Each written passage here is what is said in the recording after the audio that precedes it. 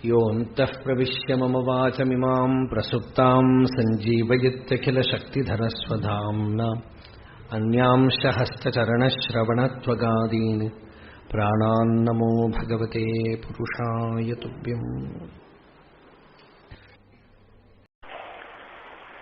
യോഗവാസിഷ്ടം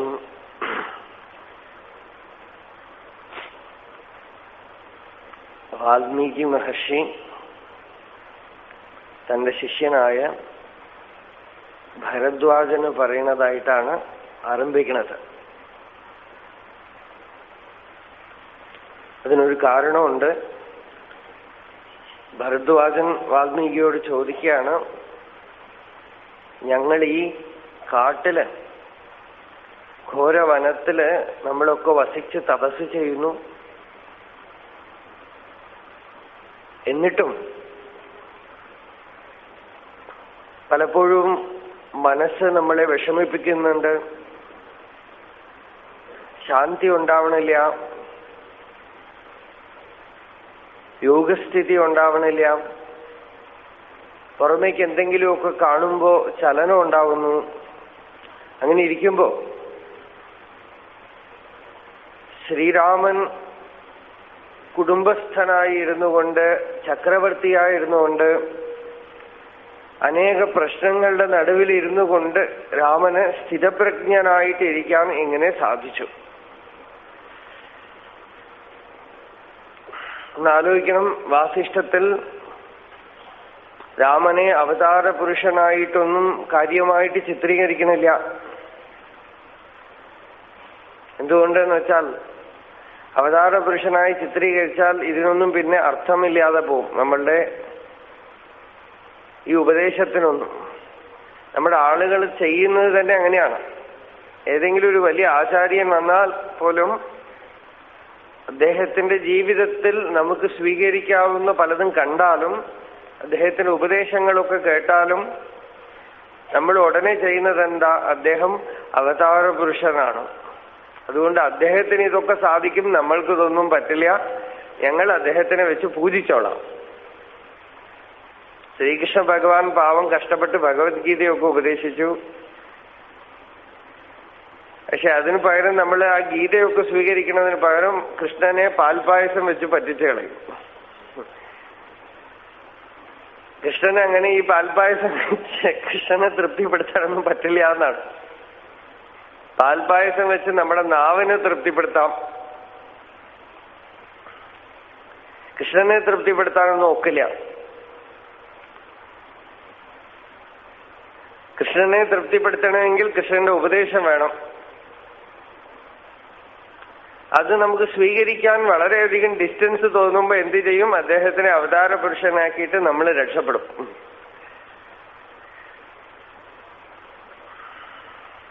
സ്വാമി രാമതീർത്ഥൻ അതുകൊണ്ട് പറയും, don't sell your liberty to Buddha, Christ or Krishna. All prophets came to make you free. Do not enslave yourself to them. അതിനർത്ഥം ആരാധിക്കേണ്ട എന്നോ ഭക്തി ചെയ്യേണ്ട എന്നോ അർത്ഥം കൽപ്പിക്കരുത്. വെറും ഒരു വ്യക്തിയെ ആരാധിക്കുന്ന പോലെ ഭഗവാനെയോ ഋഷികളെയോ മഹാത്മാക്കളെയോ വെറും ഒരു വ്യക്തിയായിട്ട് ആരാധിക്കുകയാണെങ്കിൽ ആ ആരാധന വാസ്തവത്തിൽ അവരെ കൊല്ലലാണ്. അവര് പറയണതൊന്നും കേൾക്കാതെ, അവര് പറയണതൊന്നും അനുസരിക്കാതെ അവരെ ആരാധിക്കുന്നത് ആരാധനയെ ആവില്ല. യഥാർത്ഥ ആരാധന എന്താ? ആദ്യം പറയണത് കേൾക്കണം, അല്ലേ? ചന്ദ്രശേഖര ഭാരതി സ്വാമി ഒരു ഉദാഹരണം പറയും. ഒരു യജമാനന് 2 തോട്ടത്ത് പണി ചെയ്യുന്ന ആളുകൾ. ഒരാള് ഭംഗിയായിട്ട് യജമാനൻ എന്ത് പറഞ്ഞു അത് ചെയ്യും. വേറെ ഒരാള് യജമാനന്റെ മുമ്പിൽ നിന്നുകൊണ്ട് അങ്ങയുടെ കണ്ണ് നന്നായിട്ടുണ്ട്, മൂക്ക് നന്നായിട്ടുണ്ട്, ചെവി നന്നായിട്ടുണ്ട്, അങ്ങ് എത്ര സുന്ദരനായിരിക്കുന്നു എന്ന് പറഞ്ഞുകൊണ്ടിരിക്കും. അത്രേ. ഇതിൽ ആരോടായിരിക്കും യജമാനന് പ്രതിപത്തി? അതേപോലെ ശാസ്ത്രങ്ങളോ ഋഷികളോ പറയുന്നത് നമുക്ക് പ്രയോജനപ്പെടണം. ഒരു കണക്കിന് പറഞ്ഞാൽ എല്ലാവരും അവതാരമാണ്. ഇവിടെ അവതാരമല്ലാത്തത് ആരുമില്ല. അവതാരം എന്ന് വെച്ചാൽ എന്താ അർത്ഥം? ഇറങ്ങി വരവ്. നമ്മളൊക്കെ ഇറങ്ങി വന്നിരിക്കുകയാണ്. നമ്മളുടെ റിയൽ സ്റ്റേറ്റ്, യഥാർത്ഥ സ്ഥിതിയിൽ നിന്നും ഇറങ്ങി വന്നിരിക്കുകയാണ്. മമൈവ അംശോ ജീവലോകേ ജീവഭൂത സനാതന. ഭഗവാൻ ഗീതയിൽ പറഞ്ഞു, ഓരോ ജീവനും ഭഗവാന്റെ അംശമാണ്. അത് കളങ്കപ്പെട്ട് കളങ്കപ്പെട്ട് കളങ്കപ്പെട്ട് ഇറങ്ങി വരവല്ലേ.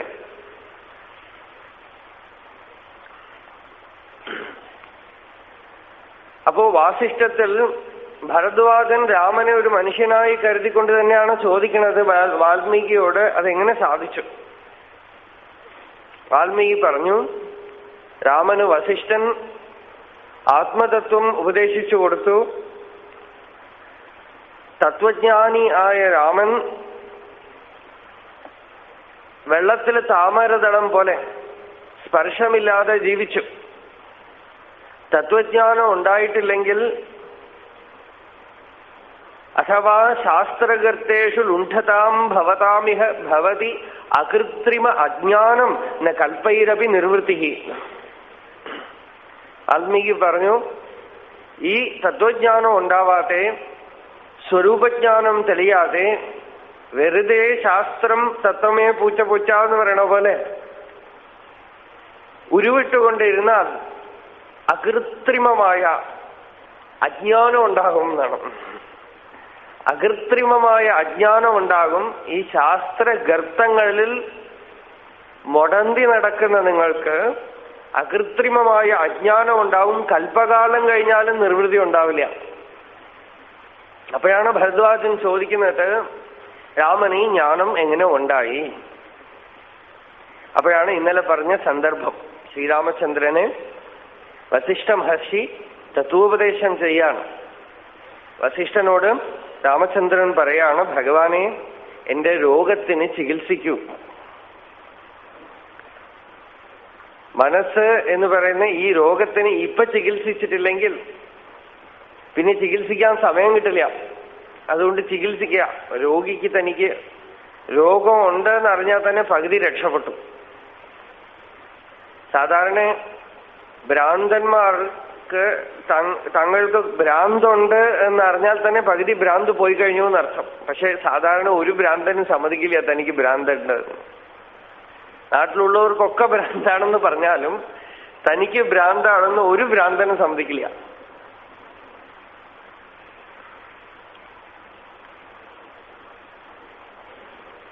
ഭഗവാൻ ഇവിടെ മനുഷ്യനായിട്ട് അവതരിച്ചതിന്റെ ഉദ്ദേശം മനുഷ്യൻ എങ്ങനെ ഈ തത്വജ്ഞാനം നേടണം എന്ന് കാണിക്കാനും കൂടിയാണ് എന്നാണ് വാസിഷ്ഠം. അപ്പൊ ഭഗവാൻ ഇവിടെ വസിഷ്ഠനോട് ചോദിക്കുകയാണ്, എനിക്ക് തത്വോപദേശം ചെയ്തു തരൂ. അതിൽ വസിഷ്ഠൻ യോഗവാസിഷ്ഠത്തിൽ ആദ്യ ഭാഗത്തില് ഈ വാസിഷ്ഠം ആർക്കു വേണ്ടിയാണ് ഉപദേശിക്കുന്നത് എന്ന് പറയണ്ട. ഈ ശാസ്ത്രം ജ്ഞാനികൾക്ക് വേണ്ടിയല്ല. എന്താന്ന് വെച്ചാൽ ജ്ഞാനികൾക്ക് ശാസ്ത്രമൊന്നും വേണ്ട. അവർക്ക് ഈ ശാസ്ത്രം വെച്ചുകൊണ്ട് എന്ത് ചെയ്യും? അവിജ്ഞാതേ പരേ തത്വേ ശാസ്ത്രാധീതിസ്തു നിഷ്ഫല. വിജ്ഞാതേപി പരേ തത്വേ ശാസ്ത്രാധീതിസ്തു നിഷ്ഫല എന്നൊരു ചൊല്ലും. പരമാത്മതത്വം ഏകദേശം ഒന്ന് ഊഹിച്ചറിഞ്ഞിട്ടില്ലെങ്കിൽ ശാസ്ത്രം പഠിക്കുന്നത് പ്രയോജനമില്ല. പരമാത്മതത്വം അനുഭവത്തിൽ വന്നാൽ ശാസ്ത്രം വേണ്ട. അപ്പൊ ഈ ശാസ്ത്രം ആർക്കാ? ജ്ഞാനികൾക്ക് ഇതുകൊണ്ട് പ്രയോജനമില്ല. എന്താന്ന് വെച്ചാൽ ശാസ്ത്രത്തിന്റെ മുഴുവൻ സാരമാണ് ജ്ഞാനി. ഒരിക്കൽ ഒരു നവരാത്രിക്ക് പുസ്തകമൊക്കെ വെച്ച് നമ്മൾ പൂജ ചെയ്യുമല്ലോ. പുസ്തകം വെച്ച് പുഷ്പമിട്ട് പൂജ ചെയ്യുമല്ലോ. ഭഗവത്ഗീതയോ വേദമോ അഥവാ അവരവർ പഠിക്കുന്ന പുസ്തകങ്ങളൊക്കെ വെക്കും. അതുപോലെ രമണ മഹർഷിയുടെ മുമ്പില് ഒരു സ്റ്റൂളില് വേദപുസ്തകവും ഉപനിഷത്ത് പുസ്തകവും ഒക്കെ വെച്ച് പുഷ്പമിട്ട് വെച്ചിരിക്കുകയായിരുന്നു. മുരുകനാഥ് സ്വാമികൾ മഹാകവിയാണ് അദ്ദേഹം. അദ്ദേഹത്തിന് പലവട്ടം ഞാൻ പറഞ്ഞിട്ടുണ്ട്. 30,000 പാട്ട് എഴുതിയിട്ടുണ്ട് അദ്ദേഹം. സ്വാമികൾ ഈ ദർശനം കണ്ടപ്പോ ഒരു പാട്ട് എഴുതി. മഹർഷി ഇങ്ങനെ ഇരിക്കണു, മഹർഷിയുടെ മുമ്പിൽ സ്റ്റൂളില് കുറെ ഉപനിഷത്തോ മറ്റോ ഒക്കെ വെച്ച് പുഷ്പം കൊണ്ട് അർച്ചിച്ചു വെച്ചിട്ടുണ്ട്. ഈ രണ്ടും കൂടെ കണ്ടപ്പോ സ്വാമികൾ ഒരു പാട്ട് എഴുതി. ആ പാട്ടില് സ്വാമികൾ പറയണു, കരിമ്പിനെ നല്ലവണ്ണം പിഴിഞ്ഞ് അതിന്റെ എസൻസ് എടുത്തിട്ട് അതുകൊണ്ടൊരു വിഗ്രഹം ഉണ്ടാക്കി. ആ വിഗ്രഹം അവിടെ വെച്ച് ആ വിഗ്രഹത്തിന്റെ അടുത്ത് ഈ പിഴിഞ്ഞ് ചാറില്ലാത്ത ചക്കയെ ഇട്ട് വെച്ചാൽ എങ്ങനെ ഉണ്ടാവും, അതുപോലെ ഉണ്ടെന്നാണ് ഇത് രണ്ടും കൂടെ കണ്ടാൽ. എന്നുവെച്ചാൽ ഒരു ജീവൻ മുക്തൻ ജ്ഞാനി ശാസ്ത്രത്തിന്റെ മുഴുവൻ സാരം കടഞ്ഞെടുത്ത രൂപമാണ്. ശാസ്ത്രമോ അതിൽ എക്സ്പീരിയൻസ് ഇല്ല. ഒരു കരിമ്പിന്റെ എക്സ്പീരിയൻസ് എന്താണ്? അതിന്റെ സ്വീറ്റ്നെസ്, അതിന്റെ ടേസ്റ്റ് ആണല്ലോ. ആ ടേസ്റ്റ് മുഴുവൻ ഇവിടെ വിഗ്രഹമായി കഴിഞ്ഞു. അതിൽ ടേസ്റ്റ് ഇല്ല. അതിലെന്താ? അതിന്റെ ടേസ്റ്റിന്റെ ഒരു ചെറിയ അംശം വേണമെങ്കിൽ കാണും. ആ ചക്ക നക്കി നോക്കിയാൽ അല്പം ടേസ്റ്റ് കിട്ടും. അതുപോലെയാണ്. അപ്പോ ജ്ഞാനിക്ക് ശാസ്ത്രത്തിന്റെ ആവശ്യമില്ല. എന്നാൽ അത്യധികം അജ്ഞാനികളായിട്ടുള്ളവരെ പിടിച്ചിരുത്തിയിട്ട് ഭഗവത്ഗീതയും ഉപനിഷത്തും ഒക്കെ പറഞ്ഞാൽ അവർക്ക് വല്ലതും പിടിപെടുവോ? അവരെ വല്ലതും പഠിപ്പിക്കാൻ പറ്റുമോ? പണം ഉണ്ടാക്കലും ലോകസുഖഭോഗങ്ങൾ അനുഭവിക്കലും ഇവിടെ പേരും പെരുമയുമായിട്ട് നടക്കലും ഇതുമാത്രമാണ് ജീവിത ലക്ഷ്യമെന്നും അതിൽ കൂടുതൽ ജീവിതത്തിന് യാതൊന്നും ഒരു ലക്ഷ്യമുണ്ട് എന്ന് ഊഹിക്കാൻ പോലും സാധിക്കാത്ത ആളുകളെ പിടിച്ചിരുത്തിയിട്ട് നമ്മളിപ്പോ യോഗവാസിഷ്ടം പറഞ്ഞാൽ അല്ലെങ്കിൽ ഭഗവത്ഗീത പറഞ്ഞാൽ ഭാഗവതം പറഞ്ഞാൽ വല്ല പ്രയോജനം ഉണ്ടാവുമോ? യാതൊരു പ്രയോജനവുമില്ല. കാരണം അവർക്ക് ഇത് അവര് മലയാള ഭാഷയാണെന്നേ അവർ ധരിക്കില്ല. ഈ പറയണത് അത്ര കണ്ട് അവർക്ക് അർത്ഥാവില്ല. അത് മലയാളമാണെന്ന് പോലും അവർക്ക് മനസ്സിലാവില്ല. എന്തോ പറയണോ. ഈയിടെ ആരോ പറഞ്ഞു എൻ്റെ അടുത്ത്, അമ്മ പറഞ്ഞു, ഞാൻ പൂനെയിൽ പോയി. അവിടെ പോയപ്പോ പാലക്കാട്ടിലത്തെ ഒരു ഫാമിലി കണ്ടു. അവരോട് ഇങ്ങനെ സംസാരിച്ചിരുന്നപ്പോ അവരോട് വെങ്കട്ടരാമനെ അറിയുമോ എന്ന് ചോദിച്ചു. അപ്പൊ അവര് പറഞ്ഞു, ഞങ്ങൾ പാലക്കാട്ടിൽ പോയി പ്രഭാഷണം കേട്ടിട്ടുണ്ട്, പക്ഷെ എന്താ പറയണെന്ന് വെച്ചാൽ ഒന്നും പിടികിട്ടിയില്ല. എന്തോ പറയണു, ഒന്നും മനസ്സിലായില്ല. എന്ത് ചെയ്യാൻ പറ്റും? അവര് പാവം അത്യധികം അപകടമായിട്ടുള്ള വല്ല സ്ഥലങ്ങളിലൊക്കെ വന്ന് കേട്ടിട്ടുണ്ടാവും. ഇപ്പൊ ഈ രാവിലത്തെ പ്രഭാഷണം പോലെയോ അല്ല ഭാഗവതമോ രാമായണമോ ഒക്കെ പറയുമ്പോ കേട്ടാ വല്ലതും മനസ്സിലാവും. യോഗവാസിഷ്ടം അല്ലെങ്കിൽ രമണ മഹർഷിയുടെ സന്ദർശനമൊക്കെ കേൾക്കാൻ വന്നിട്ടുണ്ടാവും ചിലപ്പോ. അപ്പോ ഇതാർക്ക് വേണ്ടിയാണ് ഈ ശാസ്ത്രം?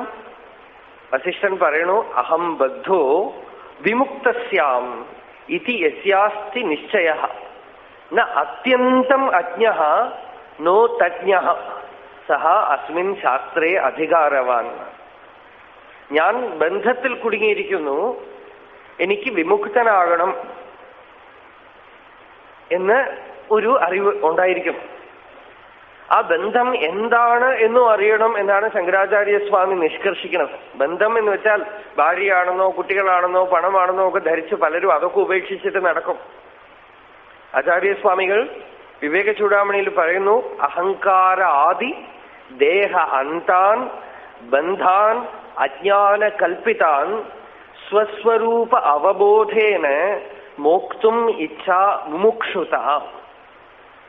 മുമുക്ഷുത്വം, മോക്ഷത്തിനുള്ള ഇച്ഛ എന്താണ് എന്ന് വെച്ചാൽ ശരീരം, മനസ്സ്, ബുദ്ധി, അഹങ്കാരം ഇതൊന്നും തന്നെ ഞാൻ അല്ല എന്നും ഇതൊരു ജയിൽ കമ്പി പോലെ എനിക്ക് ചുറ്റും ഇരിക്കണു എന്നും ഇതിനകത്ത് ഞാൻ കുടുങ്ങിയിരിക്കണു എന്നും ഇത് നശ്വരമാണെന്നും ഇതിനെ വെച്ചുകൊണ്ട് ശാശ്വതമായ സുഖമില്ല എന്നും അതേസമയം ഇതിനെ ഒന്നും ചെയ്യാനും വയ്യ, ഇതൊക്കെ മുമ്പിലുണ്ട്, ശരീരമുണ്ട്, എനിക്ക് മനസ്സുണ്ട്. അപ്പൊ ഇതിൽ ഇരുന്നു കൊണ്ട് ശാസ്ത്രങ്ങൾ പറയുന്നു നമുക്ക് ഇതിൽ നിന്ന് അതീതമായ ഒരു വസ്തുവിനെ അനുഭവിച്ച് സ്വതന്ത്രനാവാൻ കഴിയും എന്ന് ശാസ്ത്രങ്ങൾ പറയണത് കേൾക്കുകയും ചെയ്തിട്ട് ഇതിൽ നിന്നും ഈ ദേഹാദികളിൽ നിന്ന് അതിരിക്തമായ ആത്മവസ്തുവിനെ അനുഭവിക്കണം എന്ന് നിശ്ചയത്തോടുകൂടെ പരിശ്രമിക്കുന്നവനാണ് മുമുക്ഷു. സ്വസ്വരൂപ അവബോധേന, സ്വരൂപജ്ഞാനം കൊണ്ട് മോക്തും ഇച്ഛാ മുമുക്ഷുത, എനിക്ക് മുക്തനാവണം എന്നുള്ള അതിതീവ്രമായ ഇച്ഛ. അവൻ അത്യന്തം അജ്ഞ, അവൻ അത്യന്ത അജ്ഞാനിയല്ല. അത്യന്ത അജ്ഞാനിക്ക് ഇങ്ങനെ ഒരു ആഗ്രഹമേ വരില്ല. എന്നാൽ ജ്ഞാനിയാണോ? നോ തജ്ഞ, അവൻ ജ്ഞാനിയുമല്ല. രണ്ടിനും നടുക്ക്. ആത്തെന്ന് വിട്ടു, അമ്മാത്തൊട്ട് എത്തിയില്ല എന്ന് പറയുന്നു. ഇല്ലത്തുനിന്ന് പുറപ്പെട്ടു, അമ്മാത്തൊട്ട് എത്തിയില്ല എന്ന് പറയുന്നു. ഇത് രണ്ടിനും നടുക്കുള്ള സ്ഥിതി കുറച്ച് വിഷമം പിടിച്ച സ്ഥിതിയാണത്. എന്താന്ന് വെച്ചാൽ ലോകം സർവം ദുഃഖം വിവേകിനാം. പതഞ്ജലി മഹർഷി പറഞ്ഞു, വിവേകം ഉണ്ടായാൽ അപകടമാണെന്നാണ്. എന്താന്ന് വെച്ചാൽ എല്ലാം ദുഃഖമായിട്ട് തോന്നും, എല്ലാം ദുഃഖം എവിടെ നോക്കിയാലും. അപ്പൊ എന്താ, ഇനി അങ്ങോട്ട് പോകാൻ വയ്യ, ഇങ്ങോട്ട് തന്നെ പോണം. നിങ്ങളൊന്ന് സത്സംഗത്തിന് വരണ്ടി കിടന്നില്ല, അപ്പൊ വന്നു കഴിഞ്ഞു, ഇനി മേപ്പോട്ട് തന്നെ പോണം, ചോട്ടലിലേക്ക് പോകാൻ വയ്യ. ഇനി മെനക്കെട്ട് പുതിയ ആളുകളെ ഒന്നും കൂട്ടിക്കൊണ്ട് വരരുത്. അവരായിട്ട് വരികയാണെങ്കിൽ വരട്ടെ. എന്താ, ലോകം ദുഃഖമാണ് എന്ന് കാണുമ്പോഴാണ് ഈ ദുഃഖത്തിന് ഒരു പരിഹാരം തരയുക. ശരീരമേ വാസ്തവമായി കരുതിക്കൊണ്ടിരിക്കുന്ന ആൾക്ക് അതിന് പരിഹാരമേ വേണ്ട. അയാൾ ശരീരത്തിൽ ഇരുന്ന് ചത്തുപോകുന്നു, പാപം, ശിവശിവ. അപ്പോ ഈ സ്ഥിതിയിലാണ് വസിഷ്ഠൻ രാമന് തത്വോപദേശം ചെയ്യുന്നത്. തത്വോപദേശം ആരംഭിക്കുമ്പോൾ വസിഷ്ഠൻ മറ്റൊരു കാര്യം പറയുന്നു. രാമ, ഒരു ജീവന് ഒരു സദ്ഗുരുവോ അല്ലെങ്കിൽ ഒരു അധ്യാത്മശാസ്ത്രമോ കിട്ടണമെങ്കിൽ തന്നെ ഭഗവാന്റെ കൃപ അവന്റെ മേലെ വീണിരിക്കണു എന്നർത്ഥം. രണ്ടും, സദ്ഗുരുവും സത് ശാസ്ത്രവും. ഒരു പക്ഷേ ഒരു ഗുരു നമ്മളുടെ വീട്ടിലേ ഉണ്ടാവാം.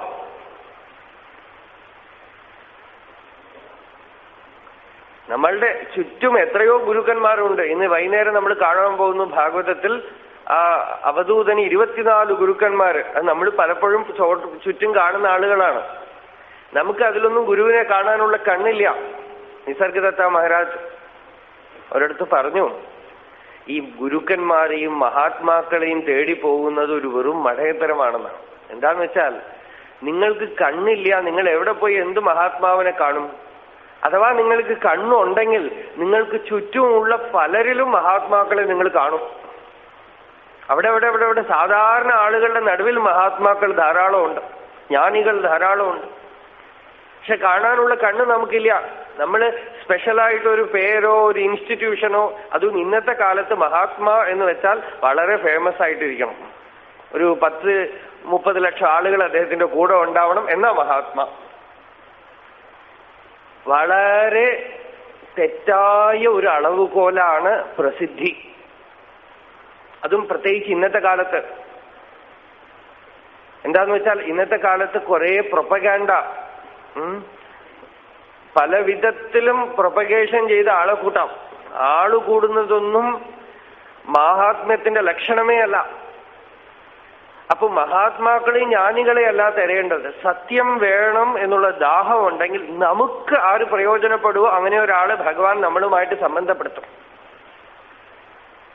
യാവന്ന അനുഗ്രഹ സാക്ഷാത് ജായത്തെ പരമേശ്വരാത് താവന്ന സദ്ഗുരും കശ്ചിത് സത് ശാസ്ത്രം വാപി നോ ലഭേത്. ചിലപ്പോ ഗുരു അടുത്ത് തന്നെ ഉണ്ടാവും, എന്നാലും പ്രയോജനപ്പെടില്ല. ശാസ്ത്രവും അതേപോലെ തന്നെ. ഭഗവത്ഗീത, ഉപനിഷത്ത്, ബ്രഹ്മസൂത്രം മുതൽ കൊണ്ട് വാൽമീകി രാമായണം വരെ എല്ലാം വീട്ടിൽ വാങ്ങി വെച്ചിട്ടുണ്ടാവും. തുറന്നു നോക്കാനേ തോന്നില്ല, തുറന്നു നോക്കിയാലും മനസ്സിലാവില്ല. എല്ലാ പുസ്തകങ്ങളും ഭംഗിയായിട്ട് അടുക്കി ഷെൽഫിൽ വെച്ചിട്ടുണ്ടാവും. ചിലപ്പോൾ വായിക്കുകയും ചെയ്യും. വായിച്ചിട്ട് പ്രയോജനം എന്താ? കൺഫ്യൂഷൻ. എന്താ? ഭഗവത് കൃപ മേലെ വീണാലേ ശാസ്ത്രങ്ങളും കണ്ണു തുറക്കുള്ളൂ. ലോചനാഭ്യാം വിഹീനസ്യ ദർപ്പണഃ കരിഷ്യതി. സ്വയം കണ്ണില്ലാത്തവന് കണ്ണാടി കാണിച്ചിട്ട് എന്ത് പ്രയോജനം? കണ്ണില്ല അവന് മുമ്പിൽ ശാസ്ത്രമൊക്കെ കണ്ണാടി പോലെയാണ്. നമ്മളുടെ ഉള്ളിലുള്ള വസ്തുവിനെ കാണിക്കാനാണ്. അന്ധന് കാട്ടിയ കണ്ണാടി പോലെ. അപ്പോ ഭഗവത് അനുഗ്രഹം ഉണ്ടാകുമ്പോഴോ ശാസ്ത്രം നമ്മളുടെ മേലെ വന്ന് വീഴും. ഇന്നലെ ഒരു ഉദാഹരണം പറഞ്ഞു. ഒരു മഹാത്മാ, ഞാൻ മുമ്പ് പറഞ്ഞിട്ടുണ്ടാവുമായിരിക്കും ആ കഥ, എവിടെ എന്തു പറഞ്ഞു ഒന്നും ഓർമ്മയുണ്ടാവില്ല, അതുകൊണ്ട് വീണ്ടും റിപ്പീറ്റേഷൻ. അദ്ദേഹം ഋഷികേശിലുണ്ടായിരുന്നു, ബംഗാളിയാണ്. അദ്ദേഹം എങ്ങനെ വലിയ മഹാത്മാവായിരുന്നു, അദ്ദേഹം എങ്ങനെ ഈ അധ്യാത്മ മാർഗത്തിൽ തിരിഞ്ഞു എന്നൊരിക്കൽ ചോദിച്ചു. അദ്ദേഹം പറഞ്ഞു, ഞാൻ ഗവൺമെന്റ് ഓഫീസിൽ ജോലിയായിരുന്നു, എനിക്ക് ഈ അധ്യാത്മികവും ഇതൊന്നും അറിയില്ല. ഒരു ദിവസം ഓഫീസിലേക്ക് പോകുമ്പോൾ ചെറിയൊരു ബൈലൈൻ കൂടെ കൽക്കട്ടയിൽ പോകുമ്പോ ഒരു 3 മാടി കെട്ടിടം, അതിന്റെ മുകളിൽ നിന്നും ഒരു പുസ്തകം എന്റെ തലയിൽ വന്ന് വീണു എന്നാണ്. തലയിൽ വീണു. ആ പുസ്തകം ഞാൻ എടുത്ത് മുകളിൽ നിൽക്കുമ്പോ ഒരു മനുഷ്യൻ അവിടുന്ന് നിലവിളിക്കുക. അദ്ദേഹത്തിന്റെ മകൻ ഈ പുസ്തകം വായിച്ചിട്ട് സന്യാസിയാകണമെന്ന് പറഞ്ഞു അത്രേ. അച്ഛൻ മകനെ ചീത്ത പറഞ്ഞ് മകന്റെ കയ്യിൽ നിന്ന് ആ പുസ്തകം വലിച്ചു വാങ്ങിച്ച് ചോട്ടിലേക്ക് എറിഞ്ഞത് ഇദ്ദേഹത്തിന്റെ തലയിൽ വീണു. ഇദ്ദേഹം ചുവട്ടിൽ നിന്ന് ഈ പുസ്തകം എടുത്തിട്ട് ഇയാളോട് ചോദിച്ചു അത്രേ, ഞാൻ കൊണ്ടുപോട്ടേന്ന് ചോദിച്ചു അത്രേ. ആക്ഷനില് മുകളിൽ നിന്ന് അയാള് വേഗം എടുത്തോണ്ട് പോകുമെന്ന് പറഞ്ഞു. അദ്ദേഹം വിവേകാനന്ദ സാഹിത്യ സർവസ്വത്തിൽ ജ്ഞാനയോഗ പ്രഭാഷണമായിരുന്നു എന്ന്. അതുകൊണ്ട് ഇദ്ദേഹം ഓഫീസിൽ വന്നു. വൈകുന്നേരം വരെ ഓഫീസിലിരുന്ന് അത് വായിച്ചു. വൈകുന്നേരം റെസിഗ്നേഷൻ കൊടുത്തിട്ട് പോയി. അനുഗ്രഹ സാക്ഷാത് ജായതേ പരമേശ്വരാത്. അനുഗ്രഹം ഈ ജീവൻ പക്വമായാൽ തലയിൽ നിന്ന് വീഴാം. പക്വതയാണ് മുഖ്യം. ഇവിടെ വസിഷ്ഠൻ പറയുന്നു, ഉപദേശിക്കൽ പോലും കാര്യമില്ല എന്നാണ്. ഉപദേശക്രമോ രാമ വ്യവസ്ഥാമാത്ര പാലനം ജ്ഞപ്തേസ്തു കാരണം നൂനം ശിഷ്യപ്രജ്ഞൈവ കേവല. ഈ ശിഷ്യൻ നല്ല പക്വയാണെങ്കിൽ വലിയ ഉപദേശമൊന്നും വേണ്ട. യാഥാതഥ്യോപദേശേന കൃതാർത്ഥ സത്വബുദ്ധിമാൻ ആജീവമപി ജിജ്ഞാസുഹു പരസ്തത്ര വിമുഹ്യതി. അഷ്ടാവക്രൻ പറയാണ്, നല്ല സത്വബുദ്ധിയുള്ള ആളാണെങ്കിൽ എന്തെങ്കിലുമൊക്കെ അല്പസ്വല്പ ഉപദേശം കിട്ടിയാൽ തന്നെ കാര്യം ഗ്രഹിച്ച് സത്യസ്ഥിതനാവും. വേറെ ചില ആളുകളുണ്ട്, ആജീവമപി ജിജ്ഞാസു, ജീവിതം മുഴുവൻ ജിജ്ഞാസുക്കളായിട്ടിരിക്കും. പലതും കേൾക്കും, പലതും വായിക്കും, പല ആളുകളെ ചെന്ന് കാണും, ചുറ്റിക്കൊണ്ടേയിരിക്കും, പലതും മനസ്സിലാക്കിക്കൊണ്ടിരിക്കും. Confusion confusion confusion. യാഥാതഥ്യോപദേശേന കൃതാർത്ഥ സത്വബുദ്ധിമാൻ. എന്തെങ്കിലുമൊക്കെ കൂട്ടിക്കെട്ടി കേട്ടാ മതി അത്ര അവർക്ക്. അതുകൊണ്ട് തന്നെ ചിത്തം അടങ്ങും. മഹർഷി പറയും, നല്ല പക്വബുദ്ധിയാണെങ്കിൽ നിങ്ങളുടെ സ്വരൂപം ശാന്തിയാണ് എന്ന് കേൾക്കേണ്ട സമയത്ത് അവർ ശാന്തരാവുന്നത്. അവർക്ക് വിചാരം സാധന പോലും വേണ്ട. ഒരേ ഒരു ക്ഷണം നല്ല ഗൺ പൗഡർ പോലെ അല്പം തീയിട്ടാൽ അപ്പ പൊട്ടും. അതുപോലെ പക്വമായി നിൽക്കുന്ന ജീവന് കേൾക്കേണ്ട ക്ഷണത്തിൽ ആ സത്യത്തിൽ സ്ഥിതരാവും. സത്യസ്വരൂപികളായി ദൃഢപ്രതിഷ്ഠിതരായിട്ട് തീരും അവര് സത്യത്തിൽ. വേറെ ചില ആളുകളോ ആജീവമപി ജിജ്ഞാസു, ജീവിതം മുഴുവൻ ജിജ്ഞാസുക്കളായിട്ടിരിക്കും. അപ്പോ ഇവിടെ രാമനോട് പറയാണ് വസിഷ്ഠൻ. ഇതൊക്കെ വസിഷ്ഠൻ ആദ്യം പറയാൻ കാരണം, രാമ, ജിജ്ഞാസയും എന്തെങ്കിലും പ്രാപിക്കാനുണ്ട് എന്നുള്ള ആഗ്രഹവും എന്തെങ്കിലും ചെയ്തു തീർക്കാനുണ്ട് എന്നുള്ള ആഗ്രഹവും ഇതൊക്കെ തന്നെ ഉള്ളിലുള്ള ഒരു വികല്പമാണ്, ഒരു രോഗമാണ്. ഈ ശാസ്ത്ര ശ്രവണം ചെയ്യണത് തന്നെ ഈ രോഗത്തിനെ ശമിപ്പിക്കാനാണ്, അല്ലാതെ വളർത്താനല്ല. അതുകൊണ്ട് വളർത്തിക്കളയരുത് എന്ന് ബോധിപ്പിക്കാനായിട്ട് ആദ്യം തന്നെ രാമനെ ഇത് ബോധിപ്പിക്കുകയാണ്. അടങ്ങിക്കൊള്ളണം, അടങ്ങണം, അടക്കം വരണം എന്ന്. അപ്പൊ ആ അടക്കത്തിനായിട്ടാണ് ആദ്യം തന്നെ ഈ കാര്യം പറഞ്ഞു വെക്കുന്നത്. നല്ല പക്വമുള്ള ആളാണെങ്കിൽ ഒരു വാക്ക് 2 വാക്കൊക്കെ മതി. സ്വാമി വിവേകാനന്ദൻ ഷിക്കാഗോ പ്രസംഗം കഴിഞ്ഞ് തിരിച്ചു വരുമ്പോ ശ്രീലങ്കയില് യാழ்പ്പാണത്തിൽ വെച്ച് ഒരു പ്രസംഗം ഉണ്ടായിരുന്നു. അത് അദ്ദേഹത്തിന്റെ ഈ കംപ്ലീറ്റ് വർക്സിൽ കാണാം. ആ പ്രസംഗം ആരംഭിക്കുന്നത് time is short and the subject is vast. അറിയേണ്ടത് അനന്തമാണ്, സമയം അല്പമേ ഉള്ളൂ എന്ന് പറഞ്ഞുകൊണ്ടാണ് ആരംഭിക്കുന്നത് സത്യം. ഈ പ്രസംഗം കേൾക്കാൻ കൂടിയിരുന്ന ആളുകളിൽ മുമ്പിൽ ഒരു ചെറിയ കുട്ടി ഇരിക്കുന്നുണ്ടായിരുന്നു. ആ കുട്ടി ഈ പ്രസംഗമൊന്നും കേൾക്കാൻ നിന്നില്ല. ഈ വാക്ക് കേട്ട ഉടനെ ഹാളിൽ നിന്ന് ഇറങ്ങിപ്പോയി. ഇത്രേ കേട്ടുള്ളൂ. ആ കുട്ടിയാണ് പിന്നീട് ശ്രീലങ്കയിൽ വളരെയധികം അറിയപ്പെട്ടിരുന്ന ഒരു വലിയൊരു ഋഷി, യാഴ്പ്പാണം യോഗാസ്വാമി എന്ന് പേര് അദ്ദേഹത്തിന്. ഇത്രയും കേട്ടുള്ളൂ. അദ്ദേഹം അവിടുന്ന് ഇറങ്ങിപ്പോയി. അദ്ദേഹത്തിന്റെ സദ്ഗുരു അദ്ദേഹത്തിനെ കാത്തിരിക്കുകയായിരുന്നു. അദ്ദേഹത്തിന് ഉപദേശം കിട്ടുകയൊക്കെ ചെയ്തു. വലിയ ജ്ഞാനിയായിരുന്നു.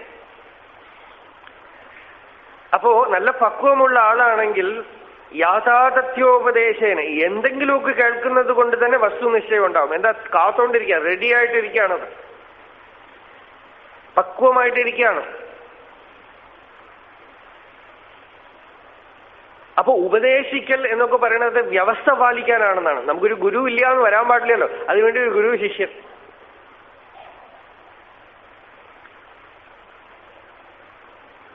ഉപദേശം കിട്ടിക്കഴിഞ്ഞാലോ എന്തു വേണം? ഉപദേശത്തിന്റെ പ്രയോജനം എന്താ?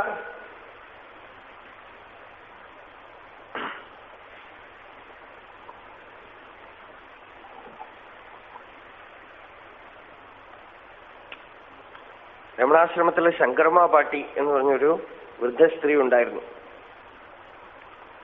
അടുക്കള പണിയായിരുന്നു അവർക്ക്. വിധവ.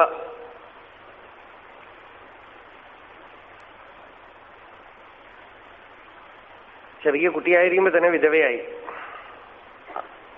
7 വയസ്സിലോ 8 വയസ്സിലോ വിവാഹം കഴിച്ചു. അപ്പൊ തന്നെ വിധവയായി. പിന്നെ അന്നത്തെ കാലത്ത് പിന്നെ കല്യാണമോ ആലോചനയോ ഒന്നും പറ്റില്ലല്ലോ. അവരുടെ സഹോദരൻ അവരെ എഴുതാനും വായിക്കാനും ഒക്കെ പഠിപ്പിച്ച്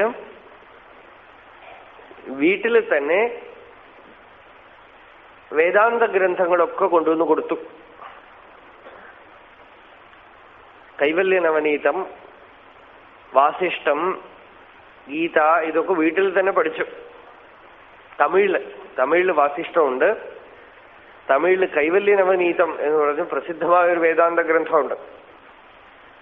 ഇവർക്ക് ലോകം എന്താണ് എന്ന് അറിയുന്നതിന് മുമ്പ് തന്നെ വിവാഹവും കഴിഞ്ഞു, വൈധവ്യവും വന്നു. വലിയ പണക്കാര കുടുംബമൊന്നുമല്ല, ദരിദ്ര കുടുംബം.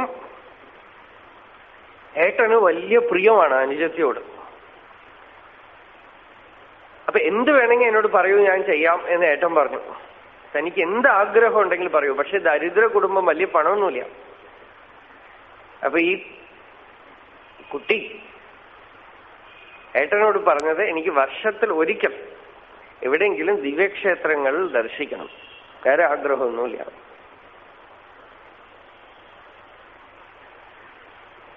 അങ്ങനെ വർഷത്തിൽ ഒരിക്കൽ ഏതെങ്കിലും ദിവ്യക്ഷേത്രങ്ങളിലേക്ക് കൊണ്ടുപോകും. ഒരു 20 വയസ്സ് 25 വയസ്സാവുമ്പോഴാണ് അതേപോലെ തിരുവണ്ണാമലയ്ക്ക് വന്നു. അരുണാചലേശ്വര ക്ഷേത്രത്തിൽ തൊഴുതുകൊണ്ടിരിക്കുമ്പോ അവിടുത്തെ പൂജാരി ചോദിച്ചു, ഇത് 2-3 പേരുടെ കാര്യത്തിൽ ഇതേപോലെ വന്നിട്ടുണ്ട്, എക്സാക്ട് ഒരേപോലത്തെ കാര്യം. അവിടുത്തെ പൂജാരി ചോദിച്ചു, നിങ്ങൾ രമണ മഹർഷിയെ കാണാൻ വന്നതാണോ? ഇവര് അതിനു മുമ്പ് രമണ മഹർഷി ഒന്നും കേട്ടിട്ടില്ല. പക്ഷെ ആ പേര് കേട്ട ഉടനെ, ഇതും എന്റെ ഒരു സിദ്ധാന്തമാണ്, every one is carrying A small photo picture of their Guru in there heart.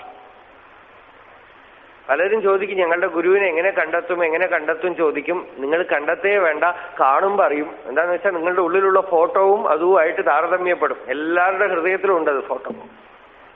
അത് കാണുക പോലും വേണ്ട, കേട്ടാ മതി. ചിലപ്പോ കേട്ടാ മതി, ദൂരത്തുനിന്ന് കേട്ടാ മതി, ശ്രവണം മതി. ആ നാമം കേൾക്കണ സമയത്ത് തന്നെ ഹൃദയം അതിനെ സ്റ്റാമ്പ് അടിക്കും. ഇവർക്ക് രമണ മഹർഷി എന്ന് കേട്ടപ്പോ തന്നെ അനുഭവം ഉണ്ടായി. ആശ്രമത്തിൽ വന്നു.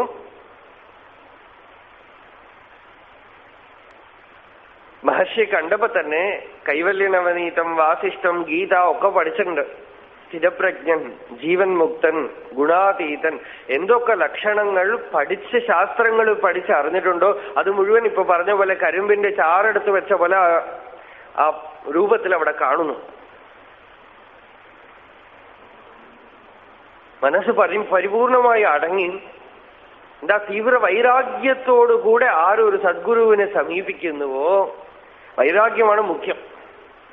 വൈരാഗ്യം ആർക്ക് തീവ്രമായിട്ടുണ്ടോ അവർക്ക് വേറെ ഒരു സാധനയും വേണ്ട. ഇപ്പൊ പരീക്ഷിത്ത് എന്താ ജപവും തപവും പ്രാണായാമവും ഒക്കെ ചെയ്ത ശേഷമാണോ ഭാഗവതം കേട്ടത്? വൈരാഗ്യം, തീവ്ര വൈരാഗ്യം കേട്ടാൽ മനസ്സടങ്ങും. ശ്രവണം മാത്രം മതി. തീവ്ര വൈരാഗ്യം ഉണ്ടെങ്കിൽ ഒരിക്കൽ നല്ലവണ്ണം കേട്ടാൽ മതി, കഴിഞ്ഞു. ഒരേ ഒരു പ്രാവശ്യം കേട്ടാൽ മതി.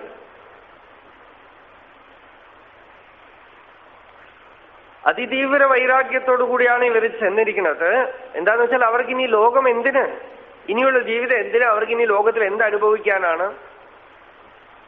മുഴുവൻ വെറുത്തുപോയി. ആ സമയത്ത് ചെന്നു, ശാസ്ത്രങ്ങളിൽ ഉള്ള ജ്ഞാനവുമുണ്ട്. കണ്ട ഉടനെ ശാസ്ത്രങ്ങളിൽ പറയുന്ന സർവലക്ഷണങ്ങളും ഒത്ത ആ രൂപം കണ്ട് മനസ്സടങ്ങി ഇവിടെ തന്നെ താമസിക്കണമെന്ന് ആഗ്രഹം.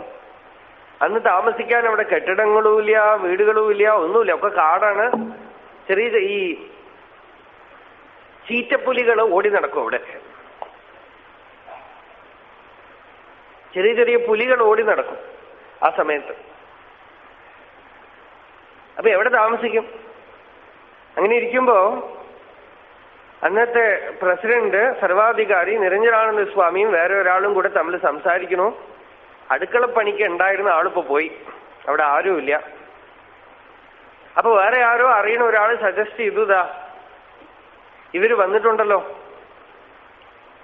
ഇവർക്ക് വേണമെങ്കിൽ അടുക്കള പണി ചെയ്യാമെങ്കിൽ ഇവിടെ താമസിക്കാൻ ഏർപ്പാട് ചെയ്തു കൊടുക്കാമെന്ന് പറഞ്ഞു. ശങ്കരമ്മ പാട്ടി, അവരന്ന് പാട്ടിയല്ല, അന്ന് യുവതിയാണ്. പക്ഷെ അവർക്കൊരു പ്ലസ് പോയിന്റ് ഉണ്ടായിരുന്നു. ധാരാളം വിധവകൾ ആശ്രമത്തിൽ അങ്ങനെ വന്ന് അന്ന് കൂടിയിട്ട് അടുക്കള പണി ചെയ്ത് സഹായിച്ച് ടൗണിൽ പോയി താമസിക്കും. ഇവർക്ക് എന്താ പ്ലസ് പോയിന്റ് എന്ന് വെച്ചാൽ കറുകറുകറുന്നുണ്ടാവും, മെലിഞ്ഞ ശരീരം, വലിയ സൗന്ദര്യമൊന്നും ശരീരത്തിനില്ല. അതുകൊണ്ട് സ്ത്രീകൾക്ക് സാധാരണ എന്തെങ്കിലും ഉണ്ടാവാവുന്ന ബുദ്ധിമുട്ടുകളൊന്നും ഇവർക്കില്ല. ഇവരെ അടുക്കള പണിക്കായിട്ട് സ്വീകരിച്ചു, അവിടെ തന്നെ താമസിച്ചു. പിന്നെ തിരിച്ചു പോയില്ല, എപ്പോഴെങ്കിലും ഒക്കെ പോയിട്ട് വരും വീട്ടിലേക്ക്. അവിടെ തന്നെ താമസിച്ചു.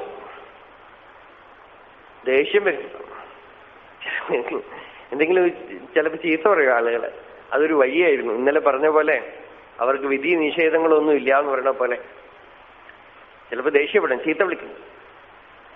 അപ്പൊ ഒരിക്കല്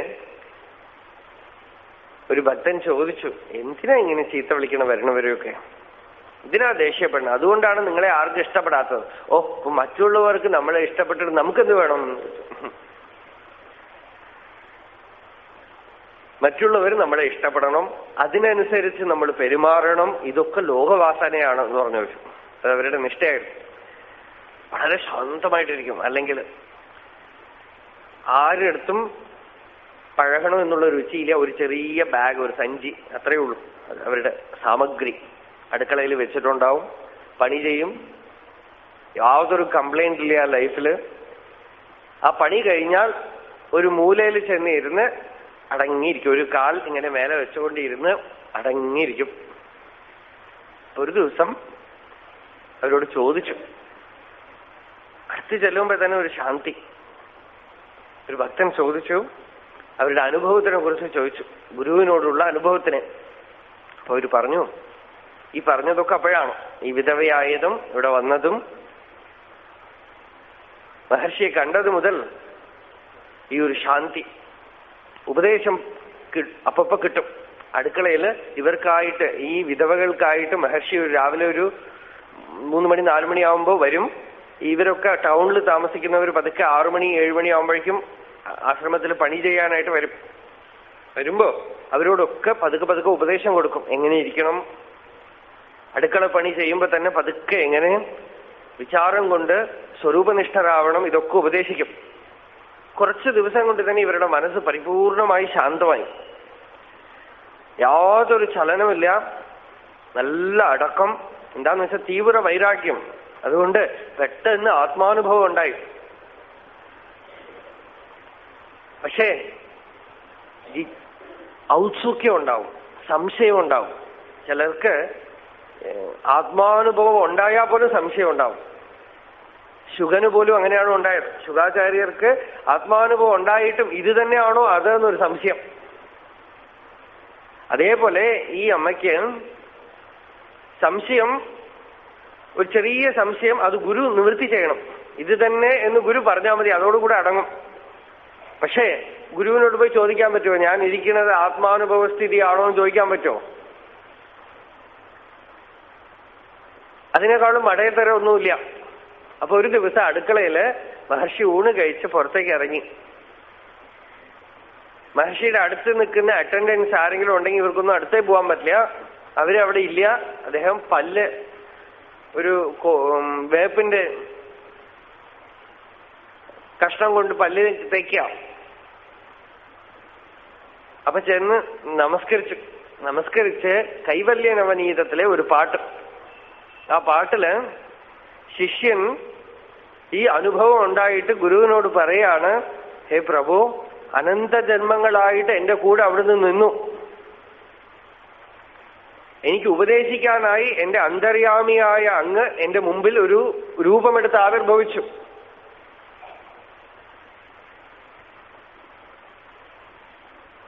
ഈ സ്വരൂപാനുഭവം ഉണ്ടായതിന് ഇനി ഞാൻ എന്ത് നിഷ്കൃതി ചെയ്യണം എന്ന് എനിക്ക് അറിയണില്ല, ഞാൻ എന്ത് അങ്ങോട്ട് തരും?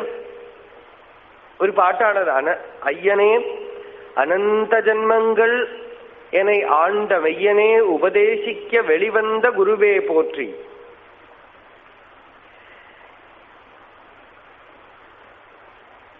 എനിക്ക് ഉപദേശിക്കാനായി വന്ന ഗുരുവിനെ ഞാൻ നമസ്കരിക്കുന്നു. ചെയ്യുമാറൊന്നും കാണേൻ തിരുവടി പോറ്റി പോറ്റി. ഞാൻ ഇനി തിരിച്ചൊന്നും ചെയ്യാൻ എനിക്കൊന്നും അറിയുന്നില്ല എന്ന് പറഞ്ഞ് ഈ ശിഷ്യൻ പ്രാർത്ഥിക്കാണ്. അപ്പൊ മഹർഷി പറഞ്ഞു, അതിന് അടുത്ത പാട്ടിൽ തന്നെ അതിനുള്ള ഉത്തരവുണ്ടല്ലോ എന്നാണ്. ഈ ശിഷ്യൻ അവിടുന്ന് തന്ന അനുഗ്രഹത്തിന്, അവിടുന്ന് ചെയ്ത കൃപയ്ക്ക് ഞാൻ തിരിച്ചു ചെയ്യാൻ എനിക്കൊന്നുമില്ല എന്ന് പറയുമ്പോ ഗുരു പറയാണ്, അതിനുള്ള ഉത്തരം അടുത്ത പാട്ടിലുണ്ടല്ലോ എന്നാണ്. ഭഗവാൻ പറഞ്ഞു, അടുത്ത പാട്ടിൽ അതിന്റെ ഉത്തരവുണ്ടല്ലോ എന്നാണ്. ഗുരു പറയാണ്, ശിഷ്യൻ ഷിട്ടൻ ഇவ்வாறு சொல்ல தேசிகன் கனிந்து நோக்கி கிட்டவா எனவே அழைத்து துஷ்டமாம் தடைகள் மூன்றும் தொடராத வண்ணம் ஸ்வரூப ஞான நிஷ்டனாயிருப்பாயாகில் நீ செய்யும் உதவியாமே. ഗുരു ശിഷ്യനോട് പറയാണ്, ശിഷ്യൻ ഇങ്ങനെ പറഞ്ഞപ്പോ കിട്ടവാ എനവേ അടുത്തു വരൂ എന്ന് വിളിച്ചു അത്രേ. ശിഷ്യനെ ആലിംഗനം ചെയ്തു അത്രേ പ്രിയമായിട്ട്. എന്നിട്ട് തടൈകൾ മൂന്നും തുടരാമൽ, അതായത് വിപരീത ജ്ഞാനം, സംശയം, അല്ലെങ്കിൽ വിഷയവാസനകൾ, ശരീരം ഞാനാണെന്നുള്ള ഭ്രമം, ഈ മൂന്ന് വിധത്തിലുള്ള തടസ്സവും തന്റെ സ്വരൂപജ്ഞാനത്തിനെ വിച്ഛിത്തി ഉണ്ടാക്കാതെ സ്വരൂപജ്ഞാനനിഷ്ഠനായി, ഈ അനുഭവം ഉണ്ടല്ലോ, ഇപ്പൊ ഒരു ശാന്തി ഉണ്ടല്ലോ, ആ ശാന്തി വിട്ട് ചലിക്കാതെ, ആ ശാന്തിയിൽ നിന്നും ചലിച്ചു പോവാതെ സദാ ആ ശാന്തിയിൽ തന്നെ സ്ഥിതനായി നീ ഇരിക്കുമെങ്കിൽ നീ എനിക്ക് തരുന്ന ദക്ഷിണയാവുന്നതാണ്.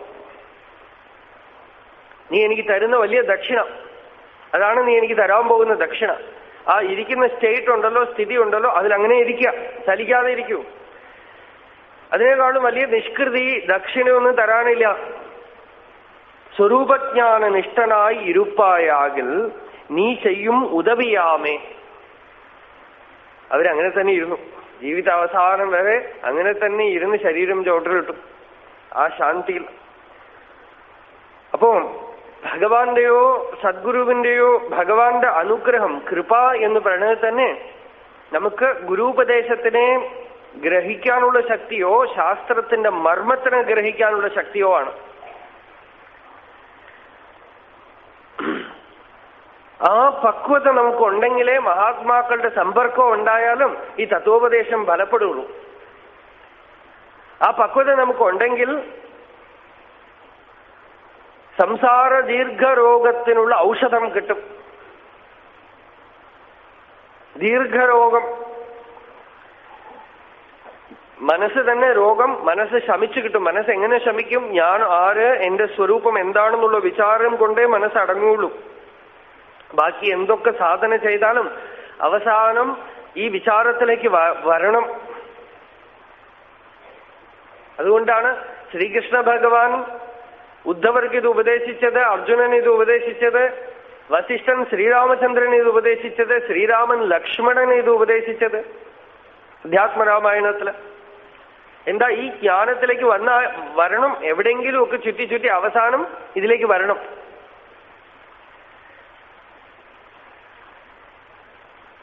ഈ വിചാരമാവുന്ന ഔഷധ സേവ പൂർണ്ണമായ ശാന്തിയെ തരും. എന്താ വിചാരം? കോഹം കസ്യത്ത് സംസാരഃ വിചാരേണ വിലീയത്തെ. സത്സംഗം ഉണ്ടാകുമ്പോ വിചാരം ബലപ്പെടും. ഒരിക്കൽ കൂടെ ആ ഭാഗം ഒന്നുകൂടെ പറയാം. വസിഷ്ഠൻ പറയാണ്, 2-3 കാര്യങ്ങൾ പറഞ്ഞു കൊടുക്കണം. വിചാരം ചെയ്യുന്നതോടൊപ്പം മഹാത്മാക്കളുടെ സംഘം, ജ്ഞാനികളുടെ സംഘം ഇതിന് വളരെ പ്രാമുഖ്യം കൊടുത്തു.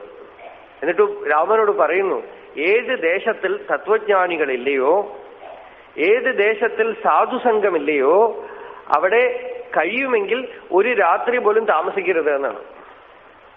യസ്മിൻ ദേശേ ഹി തത്വജ്ഞാഃ നാസ്തി സജ്ജന പാദവഃ സഫലശീതളച്ഛായോ ന തത്ര ദിവസം വസേത്.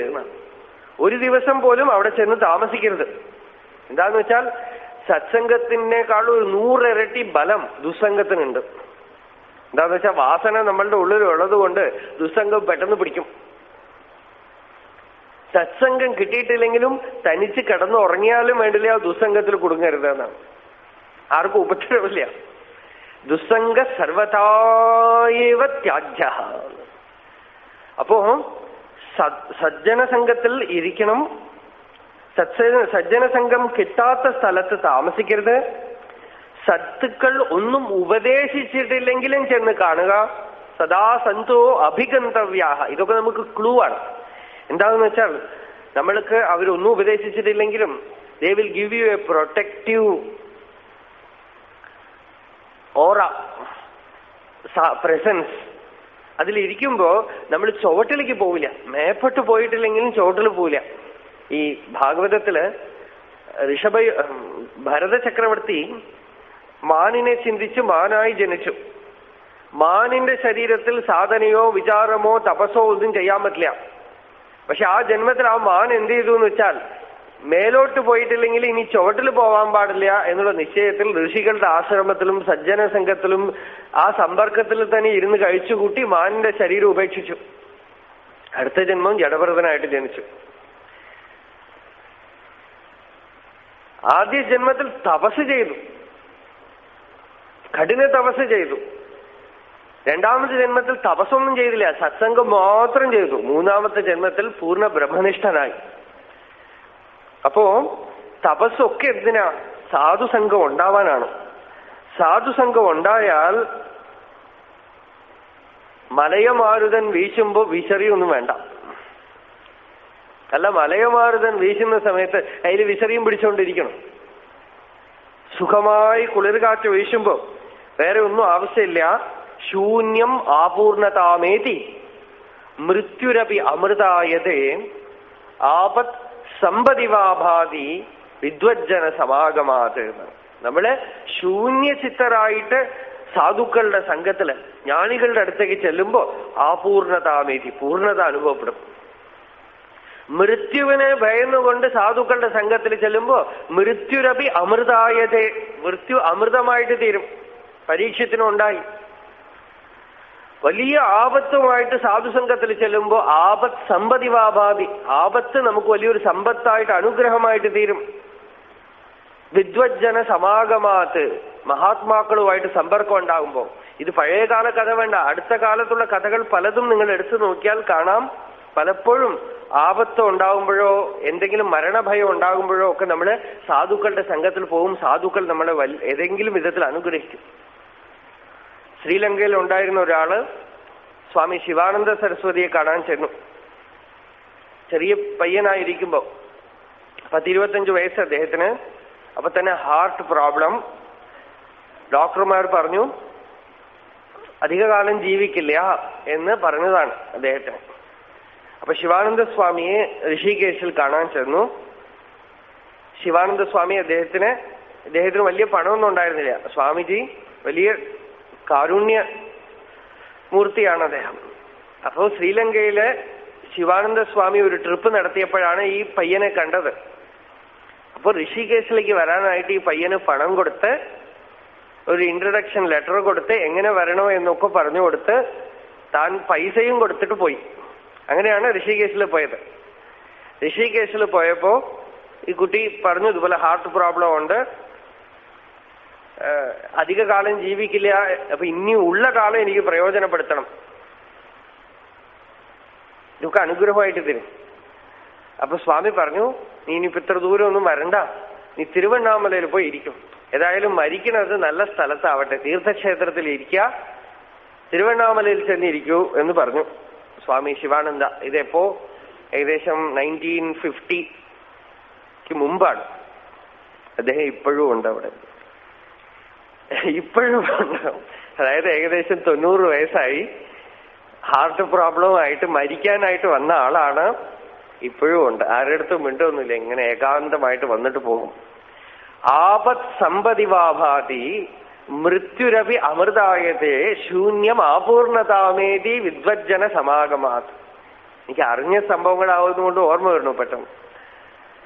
എങ്ങനെയെങ്കിലും മഹാത്മാക്കളുമായിട്ട് സമ്പർക്കം വരുമ്പോ ഒരു ശൂന്യതയോടുകൂടെ ജീവിതത്തിൽ അർത്ഥമില്ല എന്ന് പറഞ്ഞ് ചെല്ലുമ്പോ അർത്ഥം ഉണ്ടാക്കി തരും. ആപത്തിനെയും പറഞ്ഞുകൊണ്ട് ചെല്ലുമ്പോ ആപത്ത് സമ്പത്തായിട്ട് മാറും. മൃത്യുവിനെ ഭയന്നുകൊണ്ട് ചെല്ലുമ്പോ മൃത്യു അമൃതമായി പരിണമിക്കും. വിദ്വജ്ജന സമാഗമാത്ത്. ഇത് വസിഷ്ഠവചനം.